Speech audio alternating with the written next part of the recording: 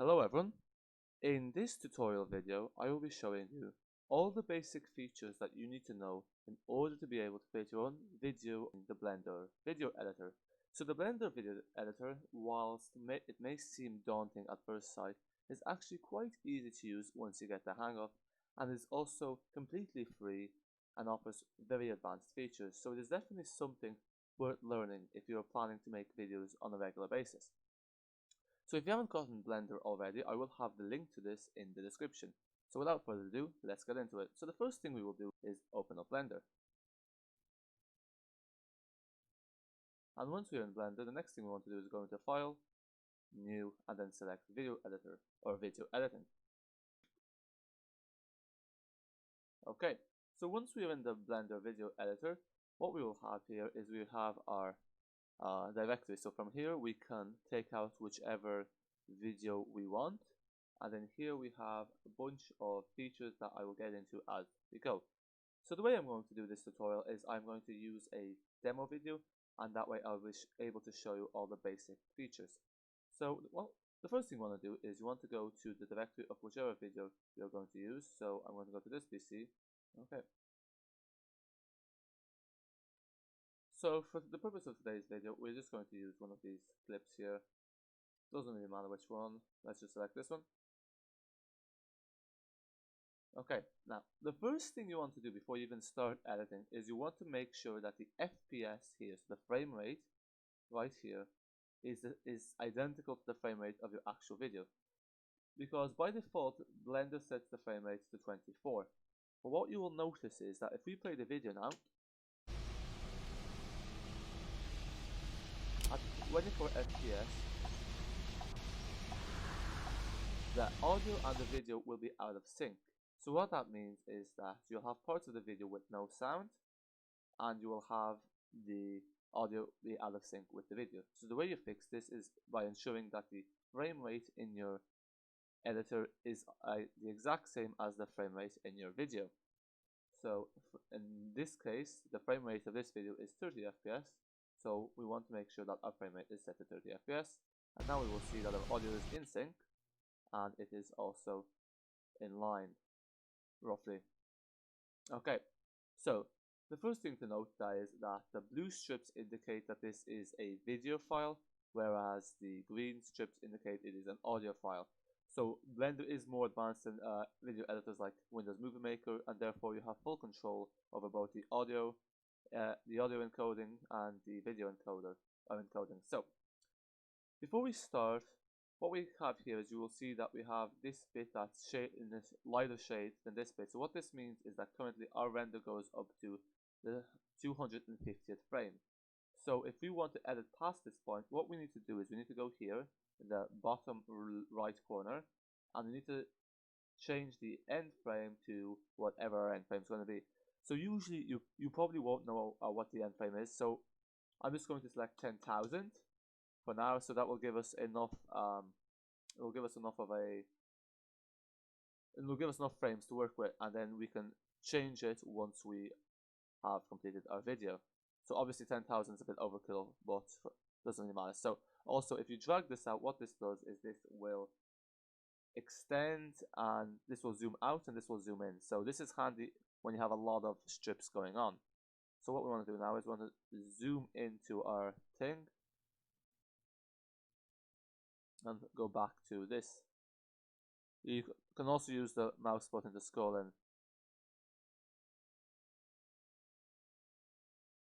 Okay.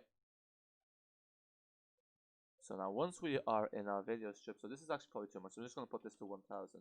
1000 should be enough.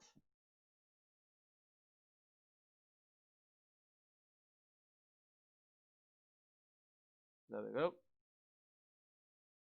Like so. Okay. Now, once we have this set, there's a few things we can do. So we can cut our strips into two. So the way we cut strips is we can right click here.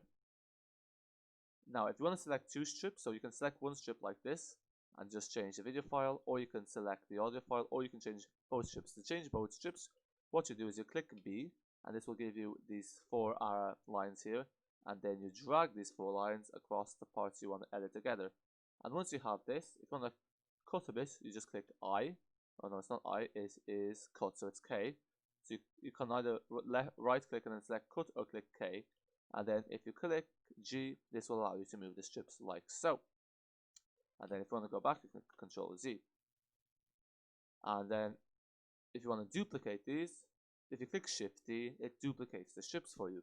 So if you want to duplicate the same strip, or you want to play the same video again, you just click Shift D. And if you want to delete something, you just click Delete, like so. Or you have to place it and then click Erase Strips. So that is how we cut our strips in Blender. Now the next thing we can do is we can also adjust the volume of our video. And the way we do that is we go into here, and then at the moment our volume is on 1. So if we increase this, it will make the volume really loud, and if we decrease it to 0, it will make it muted, or it will mute the volume. And then you can set this according to your own requirements. Now the next feature within the video editor in Blender is that you can also add effect strips. So if you go into Add, okay, so the way we can add an effect strip, so the way we add an effect strip is by going to Add, and then we have an effect strip. So before we actually can add an effect strip, we actually need to select our video strip. So if we move our slider here by either dragging it like so, or you can simply just click where you want the slider to move to, and it will do so. We go to Add, Effect Strip, and then we have a transform. So what a transform strip does is it allows us to zoom in and zoom out from our video frame here, and it also allows us to rotate the video if we so wish. So the way you can add zoom in and zoom out effects are by using keyframes.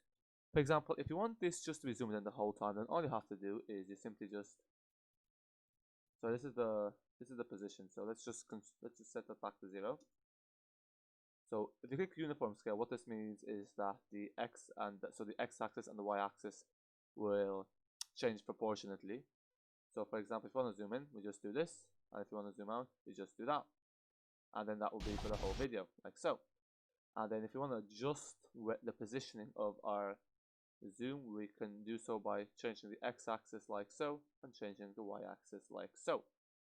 And then you keep doing this and until you reach the desired position.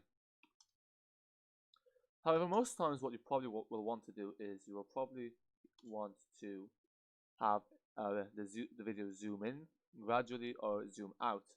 So in order to do that, what we have to do is we have to insert keyframes. So the way we insert keyframes are by clicking on the frames will change like so. So position X, and then we click out of it, and what you do is you hover your mouse over it and you click I. So what we have done now is we have inserted a keyframe there. We do the same for the y-axis and the same for the uniform scale. Now of course you can change your scale separately, so you can change, for example, the x and y-axis if you so wish separately, but for the purpose of this tutorial I'll just do it as a uniform scale. Now what we do is we just go slightly forward. So this is important. So what I find is that in order to be able to have the zoom in and zoom out successfully at the points you want, your first keyframe should be the keyframe you want the video to start with. So for example, I want the keyframe to start at 0, so I will leave that keyframe at 0. Then what I will do is I will change this. So I'm going to have this zoom in, let's say, at the speed camera here. So what I'll do is I will continue changing this until we reach that little, not speed camera, until we reach that little security camera there. So let's say like so. So I'm happy with the zoom in. So what I'm going to do now is I'm going to insert the second keyframe. So what will happen is once we insert this keyframe, this is where our zoom will begin. So we click I, and I. And now we have inserted our second keyframe. Now, for example, if I want this to run all the way to the end of this video strip, then that's it. I don't have to touch anything else. However, if I want this to zoom back out to the normal, to how it was before the zoom in, then what I can do is once I reach the point where I want that to happen, let's say here, I change this back. So I go into 1 and I click enter, then I go to 1, click enter, and I go to 1, click enter. Sorry, this is actually meant to be 0, my bad, and this is also meant to be 0. And then we click I again, and I again. So now what we have is we have 3 keyframes, We have the normal one here. We have the zoom in keyframe here. And then we have the zoom out keyframe as well. And then that is how you can add in zoom effects. So the important thing to remember when you're doing this is you need to have your first keyframe is identical to this, however your video strip started. The second keyframe is the zoom you want it to go to, and the third keyframe is again the zoom out. Now of course you can do it more gradually by adding more keyframes, but it does get a bit more complex and it can get a bit more difficult to do. But that is basically how you can do a keyframe. That's how you can do zoom in and zoom out effects. So we're going to delete this transform now because we don't need it anymore. Now the other thing you can do is also, for example, you can have videos.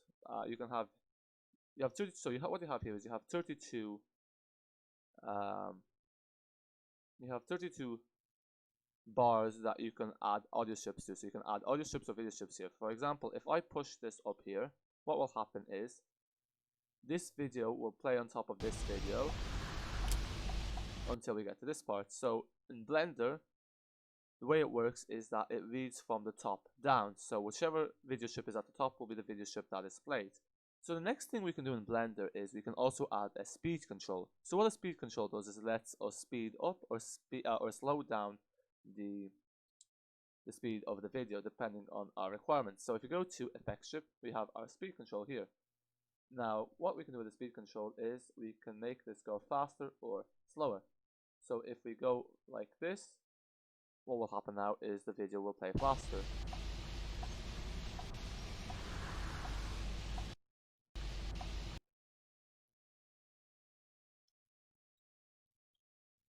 Yeah, or not.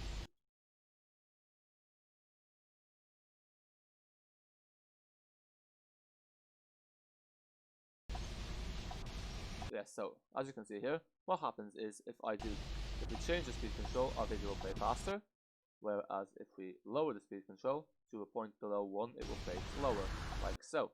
So that's how you do speed control. So anything above 1 is going to play at a faster speed than the original video. Anything below 1 will play at a slower rate than the original video. So that is how you can adjust the speed. So for example, if you cut out the parts where you want to have it play faster, so what you do is, when I say cut out, what I mean is if you cut the strip where you want the speed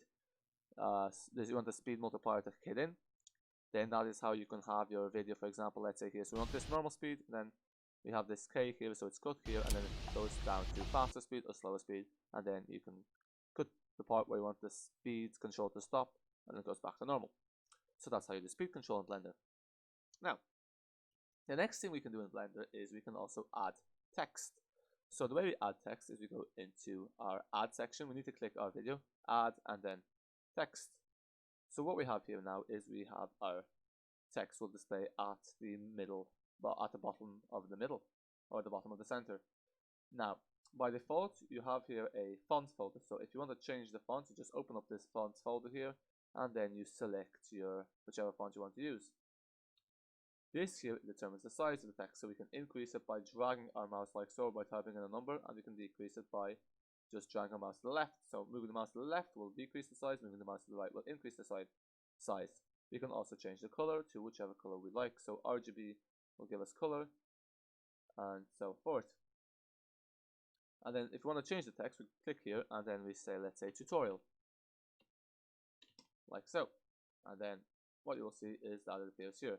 If you want to change the positioning of this, we simply move it, moving the mouse left, we'll move it left bound, and if you move the mouse right, we'll move it towards the right. And then we can do the same with the Y axis to move it up and down. You can also change the alignment. You have left, center, right, whichever way you want it. And you can also change the Y alignment by using these options here as well if you wish.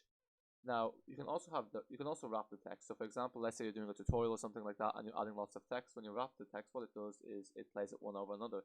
So what it does is it combines it one on top of another. So example, if I have two words, let's say hello there, what I can do is I can wrap the text like this, so then it is on top of it, or I can have it like this where it's beside it. So I can have it beside one another, or I can have it on top of one another.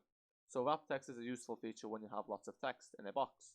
Okay, let's just set this back to think it was 0, and set this back to 0, and there we go. And then if we set this back to 30, we might want to set this like so. There we go. There's our text. Now the next thing is we can also change the positioning of the text. So if you click on the text and click G, we can move where the text appears on the video.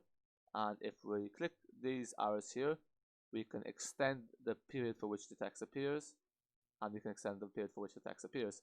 Now the other thing with Blender is it allows you to be really precise at which frame exactly something appears. So for example, if we want the text to finish exactly when this video finishes, if we click on this little arrow here on the right, this will show us that on the 323rd frame, this video stops. So what we can do is we can simply move this until we get to 323. Sorry, so this is actually dragging it. So if we click G, the way you can move this is if you use the arrow pad on your keyboard, so you have the up arrow, the down arrow, the left arrow, and the right arrow. If you use the right arrow, it will move it at one frame at a time. So this allows you to do something really precisely. So now we have this aligned with this aligned with this. So as you can see, the audio plays for one frame longer than the actual video. And of course, you can change that as well if you so wish. Okay, now the other thing you can do is you can also add in images or emojis to your video. So if you have a sequence, so if you go into, let's say, thumbnails, and you click here, what happens now is we can add an emoji. So by default, the images will appear in the center. So at the moment, you can see this image kind of looks out of shape. So the way we fix this, we simply click offset.